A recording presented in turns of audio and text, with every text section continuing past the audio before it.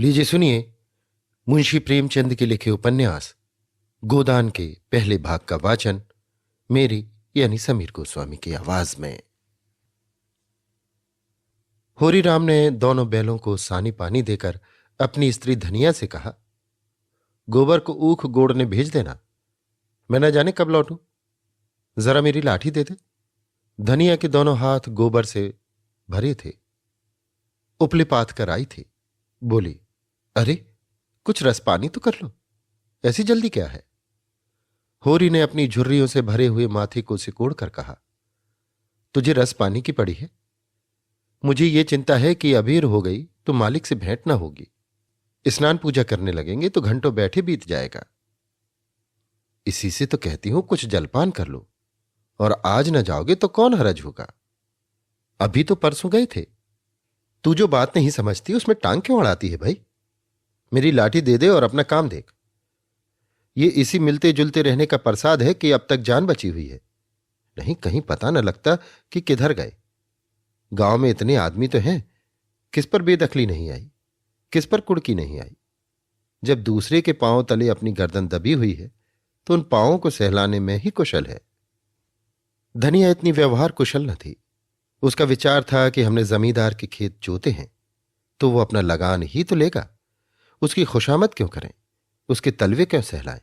यद्यपि अपने विवाहित जीवन के इन 20 वर्षों में उसे अच्छी तरह अनुभव हो गया था कि चाहे कितनी ही कतर ब्योंत करे, कितना ही पेट तन काटो, चाहे एक एक कौड़ी को दांत से पकड़ो, मगर लगान बेबाक होना मुश्किल है। फिर भी वो हार न मानती थी और इस विषय पर स्त्री पुरुष में आए दिन संग्राम छिड़ा रहता था। उसकी 6 संतानों में अब केवल 3 जिंदा हैं। एक लड़का गोबर, कोई 16 साल का, और 2 लड़कियां सोना और रूपा, 12 और 8 साल की। तीनों लड़के बचपन ही में मर गए। उसका मन आज भी कहता था अगर उनकी दवा दारू होती तो वे बच जाते, पर वो एक धेले की दवा भी न मंगवा सकी थी। उसकी भी उम्र अभी क्या थी, 36वां ही साल तो था, पर सारे बाल पक गए थे, चेहरे पर झुर्रियां पड़ गई थीं, सारी देह ढल गई थी। वो सुंदर गेहुआ रंग सांवला हो गया था और आंखों से भी कम सूझने लगा था। पेट की चिंता ही के कारण तो। कभी तो जीवन का सुख न मिला। इस चिरस्थायी जीर्णावस्था ने उसके आत्मसम्मान को उदासीनता का रूप दे दिया था। जिस गृहस्थी में पेट की रोटियां भी न मिले उसके लिए इतनी खुशामद क्यों। इस परिस्थिति से उसका मन बराबर विद्रोह किया करता था और 2-4 घुड़कियां खा लेने पर ही उसे यथार्थ का ज्ञान होता था। उसने परास्त होकर होरी की लाठी, मिर्जई, जूते, पगड़ी और तमाकू का बटुआ लाकर सामने पटक दिए। होरी ने उसकी ओर आंखें तरेर कर कहा, क्या ससुराल जाना है जो 5 पोशाक लाई है। ससुराल में भी तो कोई जवान साली सहलज नहीं बैठी है जिसे जाकर दिखाऊं। होरी के गहरे सांवले पिचके हुए चेहरे पर मुस्कुराहट की मृदुता झलक पड़ी। धनिया ने लजाते हुए कहा, ऐसे ही तो बड़े सजीले जवान हो कि साली सलहजे तुम्हें देखकर रीझ जाएंगी। होरी ने फटी हुई मिर्जई को बड़ी सावधानी से तह करके खाट पर रखते हुए कहा, तो क्या तू समझती है मैं बूढ़ा हो गया। अभी तो 40 भी नहीं हुए, मर्द 60 पर पाठे होते हैं। जाकर शीशे में मुंह देखो, तुम जैसे मर्द 60 पर पाठे नहीं होते। दूध घी अंजन लगाने तक को तो मिलता नहीं, पाठे होंगे।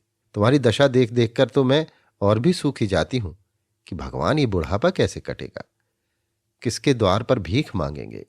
होरी की ये क्षणिक मृदुता यथार्थ की इस आंच में जैसे झुलस गई। लकड़ी संभालता हुआ बोला, 60 तक पहुंचने की नौबत ना आने पाएगी धनिया, इसके पहले ही चल देंगे। धनिया ने तिरस्कार किया, अच्छा रहने दो, मत अशुभ मुंह से निकालो। तुमसे कोई अच्छी बात भी कहे तो लगते हो कोसने। होरी कंधे पर लाठी रखकर घर से निकला तो धनिया द्वार पर खड़ी उसे देर तक देखती रही। उसके इन निराशा भरे शब्दों ने धनिया के चोट खाए हुए हृदय में आतंकमय कंपन डाल दिया था। वो जैसे अपने नारित्व के संपूर्ण तप और व्रत से अपने पति को अभयदान दे रही थी। उसके अंतःकरण से जैसे आशीर्वाद का व्यूह सा निकलकर होरी को अपने अंदर छिपाए लेता था। विपन्नता के इस अथाह सागर में सोहाग ही वो तृण था जिसे पकड़े हुए वो सागर को पार कर रही थी। इन असंगत शब्दों ने यथार्थ के निकट होने पर भी मानो झटका देकर उसके हाथ से वो तिनके का सहारा छीन लेना चाहा। बल्कि यथार्थ के निकट होने के कारण ही उनमें इतनी वेदना शक्ति आ गई थी। काना कहने से काने को जो दुख होता है वो क्या दो आंखों वाले आदमी को हो सकता है। होरी कदम बढ़ाए चला जाता था।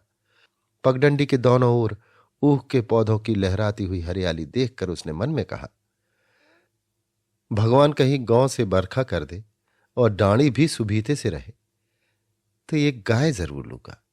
देशी गाय तो न दूध दे, न उनके बछवे ही किसी काम के हों। बहुत हुआ तो तेली के कोल्हू में चले। नहीं, वो पछाई गाय लेगा, उसकी खूब सेवा करेगा। कुछ नहीं तो 4-5 सेर दूध होगा। गोबर दूध के लिए तरस तरस कर रह जाता है। इस उम्र में न खाया पिया तो फिर कब खाएगा। साल भर भी दूध पी ले तो देखने लायक हो जाए। बछवे भी अच्छे बैल निकलेंगे। 200 से कम की गोई ना होगी। फिर गऊ से ही तो द्वार की शोभा है।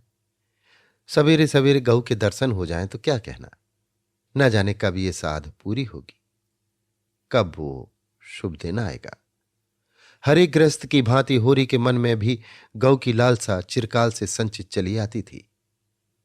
यही उसके जीवन का सबसे बड़ा स्वप्न, सबसे बड़ी साध थी। बैंक सूद से चैन करने या जमीन खरीदने या महल बनवाने की विशाल आकांक्षाएं उसके नन्हे से हृदय में कैसे समाती। जेठ का सूर्य आमों के झुरमुट से निकलकर आकाश पर छाई हुई लालिमा को अपने रजत प्रताप से तेज करता हुआ ऊपर चढ़ रहा था और हवा में गर्मी आने लगी थी। दोनों ओर खेतों में काम करने वाले किसान उसे देखकर राम राम करते और सम्मान भाव से चिलम पीने का निमंत्रण देते थे। पर होरी को इतना अवकाश कहाँ था। उसके अंदर बैठी हुई सम्मान लालसा ऐसा आदर पाकर उसके सूखे मुख पर गर्व की झलक पैदा कर रही थी। मालिकों से मिलते जुलते रहने ही का तो ये प्रसाद है कि सब उसका आदर करते हैं। नहीं उसे कौन पूछता। 5 बीघे की किसान की बिसात ही क्या। ये कम आदर नहीं है कि 3-3, 4-4 हल वाले महतों भी उसके सामने सिर झुकाते हैं। अब वो खेतों के बीच की पगडंडी छोड़कर एक खलेटी में आ गया था, जहां बरसात में पानी भर जाने के कारण तरी रहती थी और जेठ में कुछ हरियाली नजर आती थी। आसपास के गांवों की गऊएं यहां चरने आया करती थीं। उस समय भी यहां की हवा में कुछ ताजगी और ठंडक थी। होरी ने 2-3 सांसें जोर से ली। उसके जी में आया कुछ देर यहीं बैठ जाए। दिन भर तो लू लपट में मरना है ही। कई किसान इस गड्ढे का पट्टा लिखाने को तैयार थे, अच्छी रकम देते थे। पर ईश्वर भला करे राय साहब का कि उन्होंने साफ कह दिया ये जमीन जानवरों की चराई के लिए छोड़ दी गई है और किसी दाम पर भी ना उठाई जाएगी। कोई स्वार्थी जमींदार होता तो कहता गायें जाएं भाड़ में, हमें रुपए मिलते हैं क्यों छोड़ें। पर राय साहब अभी तक पुरानी मर्यादा निभाते आते थे। जो मालिक प्रजा को न पाले वो भी कोई आदमी है। सहसा उसने देखा भोला अपनी गाय लिए इसी तरफ चला आ रहा है। भोला इसी गांव से मिले हुए पूर्वे का ग्वाला था और दूध मक्खन का व्यवसाय करता था। अच्छा दाम मिल जाने पर कभी कभी किसानों के हाथ गाय बेच भी देता था। होरी का मन उन गायों को देखकर ललचा गया।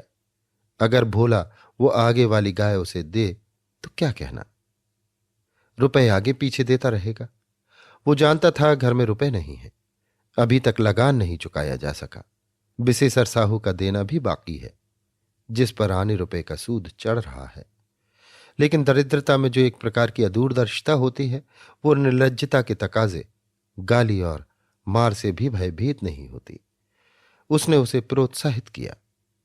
बरसों से जो साग मन को आंदोलित कर रही थी उसने उसे विचलित कर दिया। भोला के समीप जाकर बोला, राम राम भोला भाई, कहो क्या रंग ढंग है। सुना आपकी मेले से नई गाय लाए हो। भोला ने रुखाई से जवाब दिया। होरी के मन की बात उसने ताड़ ली थी। हां, 2 बछियां और 2 गायें लाया। पहली वाली गायें सब सूख गई थी। बंधी पर दूध न पहुंचे तो गुजर कैसे हो। होरी ने आगे वाली गाय के पुट्ठे पर हाथ रखकर कहा, दुधार तो मालूम होती है। कितने में ली। भोला ने शान जमाई। अब की बाजार तेज रहा मैं तो, इसके 80 रुपए देने पड़े। आंखें निकल गईं। 30-30 रुपए तो दोनों कलोरों के दिए। तिस पर गाहक रुपए का 8 सेर दूध मांगता है। बड़ा भारी कलेजा है तुम लोगों का भाई। लेकिन फिर लाए भी तो वो माल कि यहां 10-5 गांवों में तो किसी के पास निकलेगी नहीं। भोला पर नशा चढ़ने लगा। बोला, राय साहब इसके 100 रुपए देते थे, दोनों कलोरों के 50-50 रुपए, लेकिन हमने न दिए। भगवान ने चाहा तो 100 रुपए इसी बयान में पीट लूंगा। इसमें क्या संदेह है भाई, मालिक क्या खाके लेंगे। नजराने में मिल जाए तो भले ले लें। ये तुम ही लोगों का गुर्दा है कि अंजलि भर रुपए तकदीर के भरोसे गिन देते हो। यही जी चाहता है कि इसके दर्शन करता रहूं। धन्य है तुम्हारा जीवन कि गऊओं की इतनी सेवा करते हो। हमें तो गाय का गोबर भी मयस्सर नहीं। गृहस्थ के घर में एक गाय भी ना हो तो कितनी लज्जा की बात है। साल के साल बीत जाते हैं, गोरस के दर्शन नहीं होते। घरवाली बार बार कहती है, भोला भैया से क्यों नहीं कहते। मैं कह देता हूं, कभी मिलेंगे तो कहूंगा। तुम्हारे स्वभाव से बड़ी प्रसन्न रहती है। कहती है, ऐसा मर्द ही नहीं देखा कि जब बातें करेंगे नीची आंखें करके कभी सिर नहीं उठाते। भोला पर जो नशा चढ़ रहा था उसे इस भरपूर प्याले ने और गहरा कर दिया। बोला, आदमी वही है जो दूसरों की बहू बेटी को अपनी बहू बेटी समझे। जो दुष्ट किसी मेहरिया की ओर ताके उसे गोली मार देना चाहिए। ये तुमने लाख रुपए की बात कह दी भाई। बस सज्जन वही जो दूसरों की आबरू को अपनी आबरू समझे। जिस तरह मर्द के मर जाने से औरत अनाथ हो जाती है, उसी तरह औरत के मर जाने से मर्द के हाथ पांव टूट जाते हैं। मेरा तो घर उजड़ गया, मैं तो कोई एक लोटा पानी देने वाला भी नहीं। गत वर्ष भोला की स्त्री लू लग जाने से मर गई थी। ये होरी जानता था, लेकिन 50 वर्ष का खंखड़ भोला भीतर से इतना स्निग्ध है वो न जानता था। स्त्री की लालसा उसकी आंखों में सजल हो गई थी। होरी को आसन मिल गया। उसकी व्यवहारिक कृषक बुद्धि सजग हो गई। पुरानी मसल झूठी थोड़ी है। बिन घरनी घर भूत का डेरा, कहीं सगाई क्यों नहीं ठीक कर लेते। ताक में हूं मैं तो, पर कोई जल्दी नहीं फंसता। 150 खर्च करने को भी तैयार हूं, जैसी भगवान की इच्छा। अब मैं फिक्र में रहूंगा। भगवान चाहेंगे तो जल्दी घर बस जाएगा। बस यही समझ लो कि उबर जाऊंगा भैया। घर में खाने को भगवान का दिया बहुत है। 4 पसेरी रोज दूध हो जाता है, लेकिन किस काम का। मेरे ससुराल में एक मेहरिया है। 3-4 साल हुए उसका आदमी उसे छोड़कर कलकत्ते चला गया। बेचारी पिसाई करके गुजारा कर रही है। बाल बच्चा भी कोई नहीं। देखने सुनने में अच्छी है, बस लक्ष्मी समझ लो। भोला का सिकड़ा हुआ चेहरा जैसे चिकना गया। आशा में कितनी सुधा है। बोला, अब तो तुम्हारा ही आसरा है। मैं तो छुट्टी हो तो चलो एक दिन देखा। मैं ठीक ठाक करके तब तुमसे कहूंगा। बहुत उतावली करने से भी काम बिगड़ जाता है। जब तुम्हारी इच्छा हो तब चलो, उतावली काहे की। इस कबरी पर मन ललचाया हो तो ले लो। ये गाय मेरे मान की नहीं है दादा। मैं तुम्हें नुकसान नहीं पहुंचाना चाहता। अपना धर्म ये नहीं कि मित्रों का गला दबाएं। जैसे इतने दिन बीते हैं वैसे और भी बीत जाएंगे। तुम तो ऐसी बातें करते हो री जैसे हम तुम दो हो। दाम जो चाहे देना। जैसे मेरे घर रही वैसे तुम्हारे घर रही। 80 रुपए मिली थी, तुम 80 रुपए ही देना। जाओ। लेकिन मेरे पास नगद नहीं है दादा, समझ लो। तो तुमसे नगद मांगता कौन है भाई। होरी की छाती गज भर की हो गई। 80 रुपए में गाय महंगी ना थी। ऐसा अच्छा डील डॉल, दोनों जून में 6-7 सेर दूध, सीधी ऐसी कि बच्चा भी दोहले। इसका तो एक एक बाछा 100-100 का होगा। द्वार पर बंधेगी तो द्वार की शोभा बढ़ जाएगी। उसे अभी कोई 400 रुपये देने थे, लेकिन उधार को वो एक तरह से मुफ्त समझता था। कहीं भोला की सगाई ठीक हो गई तो 1-2 साल वो बोलेगा भी नहीं। सगाई ना भी हुई तो होरी का क्या बिगड़ता है। यही तो होगा, भोला बार बार तगादा करने आएगा, बिगड़ेगा, गालियां देगा। लेकिन होरी को इसकी ज्यादा शर्म न थी। इस व्यवहार का वो आदी था। कृषक के जीवन का तो ये प्रसाद है। भोला के साथ वो छल कर रहा था और वो व्यापार उसकी मर्यादा के अनुकूल था। अब भी लेन देन में उसके लिए लिखा पढ़ी होने और ना होने में कोई अंतर न था। सूखे बूढ़े की विपदाएं उसके मन को भीरू बनाए रहती थीं। ईश्वर का रौद्र रूप सदैव उसके सामने रहता था, पर यह छल उसकी नीति में छल न था। ये केवल स्वार्थ सिद्धि थी और ये कोई बुरी बात न थी। इस तरह का छल तो वो दिन रात करता रहता था। घर में 2-4 रुपए पड़े रहने पर भी महाजन के सामने कसमें खा जाता था कि 1 पाई भी नहीं है। सन को कुछ गीला कर देना और रुई में कुछ बिनोले भर देना उसकी नीति में जायज था। और यहां तो केवल स्वार्थ न था, थोड़ा सा मनोरंजन भी था। बुढ़ों का बुढ़भस हास्यास्पद वस्तु है और ऐसे बुढ़ों से अगर कुछ ऐंठ भी लिया जाए तो कोई दोष पाप नहीं। भोला ने गाय की पगहिया होरी के हाथ में देते हुए कहा, ले जाओ महतो, तुम भी याद करोगे। ब्याते ही 6 सेर दूध ले लेना। चलो मैं तुम्हारे घर तक पहुंचा दूं। शायद तुम्हें अनजान समझकर रास्ते में कुछ दिख करे। अब तुमसे सच कहता हूं, मालिक 90 रुपए देते थे, पर उनके यहां गऊओं की क्या कदर।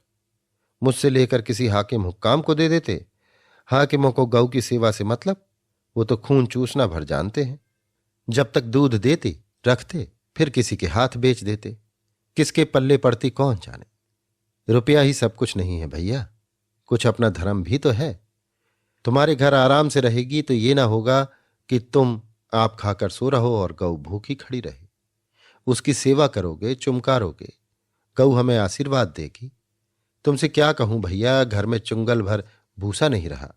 रुपए सब बाजार में निकल गए। सोचा था महाजन से कुछ लेकर भूसा ले लेंगे, लेकिन महाजन का पहला ही नहीं चुका। उसने इनकार कर दिया। इतने जानवरों को क्या खिलाएं, यही चिंता मारे डालती है। चुटकी चुटकी भर खिलाऊं तो मन भर रोज का खर्च है। भगवान ही पार लगाएं तो लगे। होरी ने सहानुभूति के स्वर में कहा, तुमने हमसे पहले क्यों नहीं कहा? हमने 1 गाड़ी भूसा बेच दिया। भोला ने माथा ठोक कर कहा, इसीलिए नहीं कहा भैया कि सबसे अपना दुख क्यों रोऊं। बांटता कोई नहीं, हंसते सब हैं।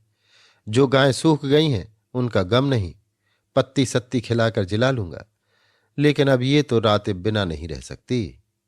हो सके तो 10-20 रुपए भूसे के लिए दे दो। किसान पक्का स्वार्थी होता है, इसमें संदेह नहीं। उसकी गांठ से रिश्वत के पैसे बड़ी मुश्किल से निकलते हैं।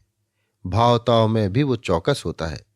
ब्याज की 1-1 पाई छुड़ाने के लिए महाजन की वो घंटों चिरौरी करता है। जब तक पक्का विश्वास न हो जाए वो किसी के फुसलाने में नहीं आता। लेकिन उसका संपूर्ण जीवन प्रकृति से स्थायी सहयोग है। वृक्षों में फल लगते हैं, उन्हें जनता खाती है। खेती में अनाज होता है, वो संसार के काम आता है। गाय के थन में दूध होता है, वो खुद पीने नहीं जाती, दूसरे ही पीते हैं। मेघों से वर्षा होती है, उससे पृथ्वी तृप्त होती है।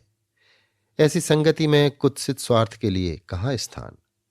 होरी किसान था और किसी के जलते हुए घर में हाथ सेंकना उसने सीखा ही न था।